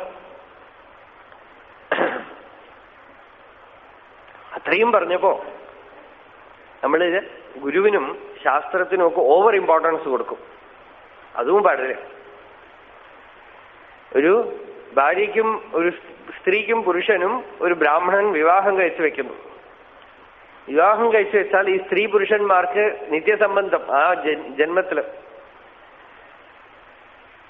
പക്ഷേ അത് കഴിഞ്ഞ് ഇവര് ഈ ബ്രാഹ്മണനെ ഓർക്കുകയില്ല. എപ്പോഴെങ്കിലും കണ്ടാ ഇദ്ദേഹമാണ് നമ്മൾ വിവാഹം കഴിച്ചതെന്ന്, വിവാഹം നടത്തി തന്നതെന്ന്, പുരോഹിതനായിരുന്നതെന്ന് പറയുമായിരിക്കും. അതേപോലെയാണ് ഒരു സദ്ഗുരു ഒരു ജീവനെ തന്റെ യഥാർത്ഥ സ്വരൂപവുമായി ബന്ധിക്കുന്നു, സ്വരൂപജ്ഞാനത്തിനെ കൊടുക്കുന്നു. ആ സ്വരൂപജ്ഞാനത്തിനോടാണ് നമുക്ക് നിത്യബന്ധം, അല്ലാതെ ആ പുറമേക്കുള്ള ഗുരുവിന്റെ രൂപത്തിനോടല്ല. ഗുരുവിന്റെ രൂപത്തിന് എത്ര കണ്ട് പ്രാമുഖ്യം ഉണ്ടെന്ന് വെച്ചാൽ ഈ പുരോഹിതൻ ചെയ്ത പോലെ. പിന്നെ ഒരു ഗ്രാറ്റിറ്റ്യൂഡ് വേണമെങ്കിൽ തോന്നുമായിരിക്കും നമുക്കൊരു ഗ്രാറ്റിറ്റ്യൂഡ്. പക്ഷെ ആ ഗ്രാറ്റിറ്റ്യൂഡ് തന്നെ ഓവർ എംഫസൈസ് ചെയ്താൽ ഈ സ്വരൂപജ്ഞാനത്തിൽ ശ്രദ്ധ വിട്ടുപോകും. അതുകൊണ്ട് വസിഷ്ഠൻ ഇവിടെ പറയുന്നു, രാമ, ശിഷ്യന്റെ പ്രജ്ഞയാണ് ജ്ഞാനത്തിന് മുഖ്യം. ഉപദേശിക്കലൊക്കെ ഒരു വ്യവസ്ഥാപാലനമാണ്. ന ശാസ്ത്രൈഹി നാപി ഗുരുണാം ദൃശ്യത്തെ പരമേശ്വരഃ ദൃശ്യത്തെ സ്വാത്മനൈവ ആത്മാ സ്വയാ സത്വസ്ഥയാധിയാ. ശാസ്ത്രം കൊണ്ടോ ഗുരുവിനെ കൊണ്ടോ ആത്മാവിനെ കാണാൻ പറ്റില്ല. ശാസ്ത്രവും ഗുരുവും ഒക്കെ നമുക്ക് വഴി കാണിച്ചു തരും. പിന്നെ എങ്ങനെ കാണും? താൻ തന്നെ തന്റെ കണ്ണുകൊണ്ട്, തന്റെ ജ്ഞാനക്കണ്ണുകൊണ്ട് വേണം കാണാൻ. ഗുരു പറയുന്നു, തത്വമസി, നീ തന്നെ ആ വസ്തു, നീ തന്നെ ആ സത്യം, നീ ഈ ശരീരമല്ല, ഈ കാണുന്ന ശരീരം നീ അല്ല. പരീക്ഷത്തിന് ശുഖബ്രഹ്മ മഹർഷി ഉപദേശിച്ചു. ശുഖബ്രഹ്മ മഹർഷി അവിടുന്ന് പുറപ്പെടുന്നതിന് മുമ്പ് തന്നെ പരീക്ഷ സ്വരൂപ നിഷ്ഠനായിട്ട് തീർന്നു. ശുഖബ്രഹ്മ മഹർഷി പുറപ്പെടുന്നവരെ കാത്തുനിന്നില്ല പരീക്ഷിത്ത്. ശുഖബ്രഹ്മ മഹർഷിയെ വഴി കടത്തിവിടാനായിട്ട് ചെന്നില്ല. ശുഖബ്രഹ്മ മഹർഷിക്ക് ദക്ഷിണ കൊടുക്കാൻ പോലും പരീക്ഷിത്ത് നിന്നില്ല. അതിനു മുമ്പ് പരീക്ഷിത്ത് സ്വരൂപനിഷ്ഠനായിട്ട് തീർന്നു. ശുഖബ്രഹ്മ മഹർഷി ഉപദേശിച്ച അടുത്ത ക്ഷണം പരീക്ഷിത്ത് പറഞ്ഞു, ഭഗവാനെ അവിടുന്ന് എന്നെ അനുഗ്രഹിച്ചു. ഭവതാ കരുണാത്മന ശ്രാവിതോ യച്ഛമേ സാക്ഷാത് അനാദിനിധനോ ഹരിഹി ഭഗവൻ തക്ഷകാദിഭ്യോ മൃത്യുഭ്യോ ന ബിഭേമ്യഹം പ്രവിഷ്ടോ ബ്രഹ്മനിർവാണം അഭയം ദർശിതം ത്വയാ. ഭഗവാനെ, തക്ഷകനെ ഞാൻ ഭയപ്പെടുന്നില്ല, മൃത്യുവിനെ ഞാൻ ഭയപ്പെടുന്നില്ല, അഭയപദത്തിനെ അവിടുന്ന് എനിക്ക് കാണിച്ചു തന്നിരിക്കുന്നു. സിദ്ധോസ്മി അനുഗൃഹീതോസ്മി, ഞാൻ സിദ്ധനായിരിക്കുന്നു, അനുഗൃഹീതനായിരിക്കുന്നു. ഞാൻ സ്വരൂപനിഷ്ഠനാവട്ടെ, അവിടുന്ന് എനിക്ക് അനുമതി തരണം എന്ന് പരീക്ഷിച്ച് ശുഗൻ പുറപ്പെടുന്നതിന് മുമ്പ് തന്നെ പറഞ്ഞു. അതേപോലെ ഒരു ഗുരു ഉപദേശിക്കുന്നുവെങ്കിൽ ഗുരുവിന് നമുക്ക് ചെയ്യാവുന്ന കൃതാർത്ഥത എന്താ? ആ ഉപദേശപ്പടി സ്വരൂപനിഷ്ഠനായിട്ട് ഇരിക്കലാണ്. ഗുരുവിനെ അതിര് കടന്ന് ബാഹ്യ ശുശ്രൂഷ ചെയ്യുന്നത് ചിലപ്പോൾ ഗുരുവിന് ഉപദ്രവമായിട്ട് തീരും. ഇന്നലെ പറഞ്ഞ പോലെ ഡയബറ്റീസ് ഉള്ള ഗുരുവിന് പാൽപായസം വെച്ച് ദിവസം കൊണ്ട് കൊടുത്താൽ അത് ഗുരുസേവയാവുമോ? വിദ്യാപ്രകാശാനന്ദഗിരി സ്വാമി ഒരു ഉദാഹരണം പറയും. അദ്ദേഹം പറയും, ഒരു ഗുരുവിന് ഒരു ശിഷ്യൻ, മഠയ ശിഷ്യൻ. കുറച്ചു ദിവസം കഴിഞ്ഞപ്പോ ആ ഗുരുവിന് വേറെ ഒരു മഠയ ശിഷ്യൻ വന്നു. ഈ രണ്ട് ശിഷ്യന്മാർക്കും തമ്മിൽ ചേരുകയില്ല. പരസ്പരം എപ്പോ നോക്കിയാലും കൊഞ്ഞനം കാണിക്കും, അങ്ങോട്ട് ഇങ്ങനെ ചീത്ത വിളിക്കും. ഇപ്പൊ ഈ ആദ്യത്തെ ശിഷ്യൻ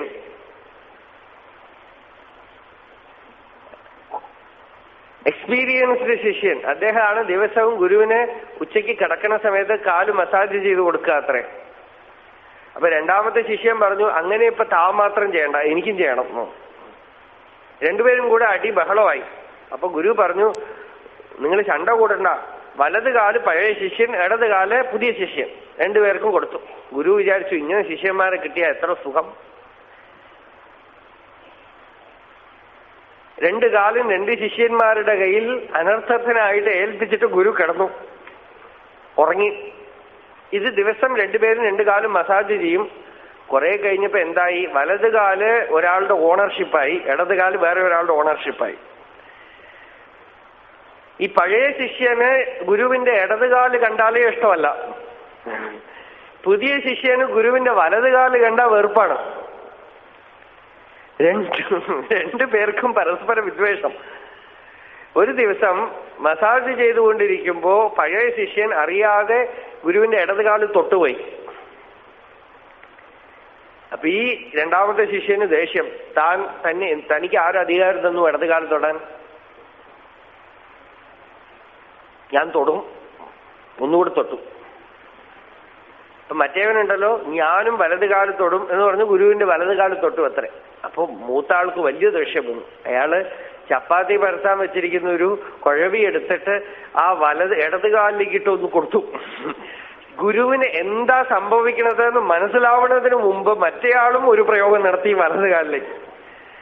നിലവിളിച്ച് വേദനയോടുകൂടെ എഴുന്നേറ്റ് ലഹള കൂട്ടാൻ തുടങ്ങി ഗുരു. നിങ്ങൾ എന്താ ചെയ്യണമെന്ന് പറഞ്ഞപ്പോ ഇവര് പറഞ്ഞു അത്രേ, ഇത് ഞങ്ങളുടെ പ്രൈവറ്റ് അഫയർ ആണ്, നിങ്ങൾ ഇടപെടേണ്ടത്.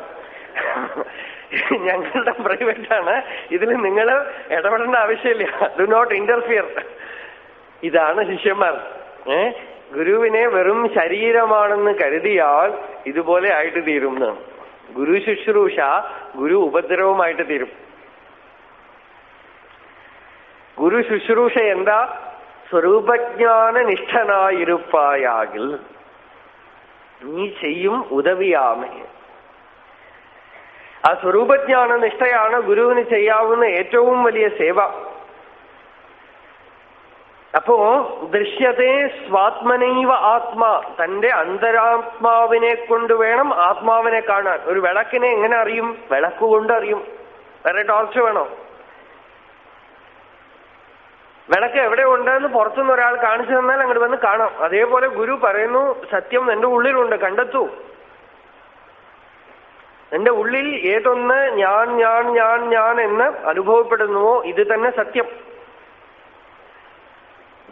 ബ്രഹ്മത്തിന്റെ ലക്ഷണം എന്താ? ബോധമാണ് ബ്രഹ്മം, പ്രജ്ഞാനം ബ്രഹ്മ.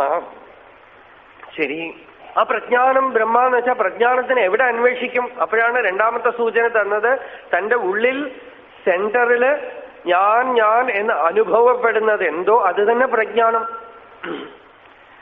ശ്രദ്ധിക്കുക, അനുഭവം എന്നുള്ളത് എവിടെ ഉണ്ടാവുന്നു? ഹൃദയസ്ഥാനത്തിലല്ലാതെ വേറെ എവിടെ അനുഭവം ഉണ്ടാവുന്നു? പുസ്തകത്തിൽ അനുഭവമില്ല, നിങ്ങളിൽ അനുഭവമില്ല. എനിക്ക് എന്നിൽ ഞാൻ ഉണ്ട് എന്നുള്ളതാണ് അനുഭവം. Everything else is perception. That which is in me as I am is experience, and everything other than that is perception. Perception അനുഭൂതിക്ക് പ്രയോജനപ്പെടില്ല. അനുഭൂതിക്ക് അനുഭൂതി തന്നെ വേണം. അനുഭൂതി എന്താ? ഞാൻ ഉണ്ട്, ഞാൻ എന്നുള്ള അനുഭവം. അതിനെ ശ്രദ്ധിക്കുക, അതിൽ മുട്ടുക, അതിനെ വെച്ചുകൊണ്ട് കളിക്കുക, അതിനെ ധ്യാനിക്കുക. തനിച്ചിരിക്കുമ്പോ അതുമായിട്ട് ഉള്ളുകൊണ്ട് ചകഞ്ഞുകൊണ്ടേയിരിക്കുക, ആരാഞ്ഞുകൊണ്ടേയിരിക്കുക. ഈ ഞാൻ എന്താണ്, ഞാൻ എന്താണ്. അപ്പൊ ഞാൻ എന്നുള്ളത് അഹങ്കാരമായിട്ട് തോന്നണു. ഇപ്പോ അഹങ്കാരമായിട്ട് തന്നെ പഠിച്ചുകൊള്ള. ഇപ്പൊ ആത്മാവായിട്ടല്ല, ആദ്യം അഹങ്കാരമായിട്ട് തന്നെ. ദേഷ്യം വരുമ്പോ തോന്നുന്നു ഞാൻ, എന്നെ എങ്ങനെ പറഞ്ഞു. അവമാനപ്പെടുമ്പോ തോന്നുന്നു എന്നെ അപമാനിച്ചു. ഇതൊക്കെ ഒരു പൾസേഷൻ. ആ പൾസേഷനെ പിടിച്ചോള. അതാണ് ഗ്രഹിക്കാനുള്ള വഴി. ആദ്യം ആ പൾസേഷനെ പിടിച്ചോള. ആരെങ്കിലുമൊക്കെ ചീത്ത വിളിക്കുമ്പോ, ആരെങ്കിലുമൊക്കെ നമ്മളെ പുകഴ്ത്തുമ്പോ, ഹാ എന്നെ ഇങ്ങനെ പറയണു, ഒരു ഒരു ഒരു ഒരു അർജ് ഉള്ളിന്ന് ഒരു തള്ളിച്ച. ആ തള്ളിച്ച സെന്ററിൽ മനസ്സ്, കണ്ടൻസ്ഡ് ഫോം ഓഫ് മൈൻഡാണത്. ആ മൂവ്മെന്റ്, ആ ചലനം, ആ ചലനത്തിനെ നമ്മൾ ശ്രദ്ധിച്ചുകൊണ്ടേയിരുന്നാൽ ആ ചലനം നേർത്ത് നേർത്ത് നേർത്ത് നേർത്ത് നേർത്ത് റീഫൈൻഡായി ശരീരം, മനസ്സ്, ബുദ്ധി ഇതിന്റെയൊക്കെ പിടിവിട്ട് ക്രമേണ അത് ബോധത്തിന്റെ സ്വഭാവം കാണിച്ചു തുടങ്ങും. ഇപ്പൊ ജഡവുമായി സമ്പർക്കം കാണിക്കുന്ന ആ ചിത്ശക്തി ജഡവുമായി സമ്പർക്കം പുലർത്തുമ്പോ അത് ചിത്തമായിട്ട് മാറുന്നു. ചിത്തം ജഡവുമായിട്ടുള്ള സമ്പർക്കം ഉപേക്ഷിച്ച് സൂക്ഷ്മതലത്തിലേക്ക് ഇറങ്ങുമ്പോൾ അത് തന്നെ ചിത്തമായിട്ട് മാറും. ആ ചിത്ത് തന്നെ ക്രമേണ ഉള്ളിൽ തെളിഞ്ഞ് തെളിഞ്ഞ് തെളിഞ്ഞ് തെളിഞ്ഞ് പ്രകാശിക്കുമ്പോ അത് അടങ്ങി നിശ്ചലമായ ബോധമായിട്ട് അകമേക്ക് പ്രകാശിക്കും. 3 മണ്ഡലം: അഹങ്കാരം, അഹം സ്ഫൂർത്തി, അഹം ബോധം. ഈ അഹങ്കാരം നമ്മുടെ ജീവൻ എന്ന് പറയുന്നു. അഹം സ്ഫൂർത്തി എന്നുള്ളത് ജീവനും പരമാത്മാവനും തമ്മിലുള്ള കണക്ടിങ് ലിങ്കാണ്. അതിനെയാണ് ഭക്തി സമ്പ്രദായത്തിൽ ഭഗവാന്റെ ശക്തിയായിട്ട് പറയുന്നത്. ശിവന് പാർവതിയായിട്ടും കൃഷ്ണന് രാധയായിട്ടും ലക്ഷ്മിയായിട്ടും രുക്മിണിയായിട്ടും ഒക്കെ നമ്മള് അതിനെയൊക്കെ സ്ഥൂല രൂപം കൊടുത്ത് കഥയൊക്കെ ആക്കി തീർത്തിരിക്കുകയാണ്. അത് ഭഗവാനും നമുക്ക് നടുവിലുള്ള കണക്ടിങ് ലിങ്കാണ്. ആ ചിത്ശക്തി നമ്മളുടെ ചിത്തത്തിന്റെ തന്നെ ശുദ്ധമായ രൂപമാണ്. ചിത്ശക്തി അഡൾട്ടറേറ്റഡ് ആവുമ്പോഴാണ് ചിത്തമാവണത്. ചിത്തം തന്നെ ശുദ്ധമാവും തോറും അത് ചിത്ശക്തിയായിട്ട് മാറും. അത് ഉള്ളിലെ ഒരു അതീവ ആനന്ദം നൽകുന്ന ഒരു സ്പന്ദനമായിട്ട്. കതിചന ചിദാനന്ദ ലഹരീം എന്ന് ആചാര്യസ്വാമികൾ പറയുന്നു. ശിവാകാരേ മഞ്ചേ പരമശിവ പര്യങ്ക നിലയാം ഭജന്തി ത്വാം ധന്യാഹ കതിചന ചിദാനന്ദ ലഹരീം. ഏതോ ഒരു ചിദാനന്ദ ലഹരി, അത് ശിവനാകുന്ന കട്ടിലിൽ കിടക്കുന്നു എന്ന് വെച്ചാലോ അതിന് ചുവട്ടിൽ ഇനി അല്പം കൂടെ അടങ്ങിയാൽ അവിടെ ശിവനേ ഉള്ളൂ. ആ അടങ്ങുന്നതിന് മുമ്പ് ആ കട്ടിലിൽ, ശിവനാകുന്ന കട്ടിലിൽ ദേവി കിടക്കണു അത്ര. എന്ന് വെച്ചാൽ ആ കട്ടിൽ അധിഷ്ഠാനമാണ്, അത് നിശ്ചലമാണ്, അത് ഒരു ചലനമില്ല. അതിൽ നടക്കുന്ന അതീവ സൂക്ഷ്മമായ ആനന്ദപ്രദായകമായ ചലനത്തിനെയാണ് ചിത്ത് എന്ന് പറഞ്ഞത്. ചിത്ശക്തി അത് ചലനാത്മകമാണ്. അത് ബോധത്തിന്റെ തന്നെ സ്വരൂപമാണ്. വിളക്കിന്റെ വെളിച്ചം ദൂരത്തുനിന്ന് കാണപ്പെടുന്ന പോലെ. അപ്പോ ഈ ഞാൻ എന്നുള്ളതിനെ ഗ്രഹിച്ചുകൊണ്ടേയിരുന്നാൽ ഞാൻ എന്താണ്, ഞാൻ ആരാണ്, ഞാൻ ഞാൻ ഞാൻ എന്നുള്ള സ്പന്ദനത്തിനെ വിടാതെ പിടിച്ചുകൊണ്ടിരുന്നാൽ ഈ സ്പന്ദനം ശുദ്ധ രൂപത്തിൽ ചിത്തായി പരിണമിച്ച് ശിവമായി പ്രകാശിക്കും. സ്വരൂപാനുഭവം ഉണ്ടാകും. ആ സ്വരൂപാനുഭൂതിയെ ഇവിടെ വസിഷ്ഠ മഹർഷി ഇവിടെ പറഞ്ഞു. ദൃശ്യത്തെ സ്വാത്മനൈവ ആത്മാ സ്വയാ സത്വസ്ഥയാദിയ. ബുദ്ധി ശുദ്ധമാവുമ്പോ തന്റെ തന്നെ അകക്കണ്ണുകൊണ്ട് സ്വാത്മാ കാണപ്പെടുന്നു. അല്ലാതെ ഗുരു കൊണ്ടോ ശാസ്ത്രം കൊണ്ടോ അല്ല. ഗുരുവും ശാസ്ത്രവും ഒക്കെ ഇങ്ങനെയൊക്കെ സംഭവിക്കും എന്ന് പറഞ്ഞു തരും, കാണിച്ചു തരും, സൂചിപ്പിച്ചു തരും. അല്പം അതിന്റെ ഒരു ടേസ്റ്റ് വേണമെങ്കിൽ തരുമായിരിക്കാം. പക്ഷേ അത് നമുക്ക് സ്വാനുഭവമായി അതിൽ ദൃഢപ്രതിഷ്ഠ, അതിൽ നിത്യനിഷ്ഠ ഉണ്ടാവണമെങ്കിൽ താൻ തന്നെ തന്റെ ഉള്ളിൽ വിചാരം കൊണ്ട് തെളിഞ്ഞു കാണേണ്ടിയിരിക്കുന്നു. അങ്ങനെ ഒരിക്കൽ കണ്ടാൽ നഷ്ടപ്പെടുകയേ ഇല്ല എന്നാണ് വസിഷ്ഠൻ പറയണത്. അടുത്ത ശ്ലോകത്തിൽ വസിഷ്ഠൻ പറയണത്, നിങ്ങൾ സംഗീതം, നാടകം, നൃത്തം ഇതൊക്കെ അഭ്യാസം ചെയ്തില്ലെങ്കിൽ നഷ്ടപ്പെടും. പക്ഷെ ഈ ജ്ഞാനമാവുന്ന കല ഒരിക്കൽ തെളിഞ്ഞു കഴിഞ്ഞാൽ അത് വളർന്നുകൊണ്ടേയിരിക്കും എന്ന് പറയാണ് അടുത്ത ശ്ലോകത്തില്. നമ്മളത് നാളെ കാണാം.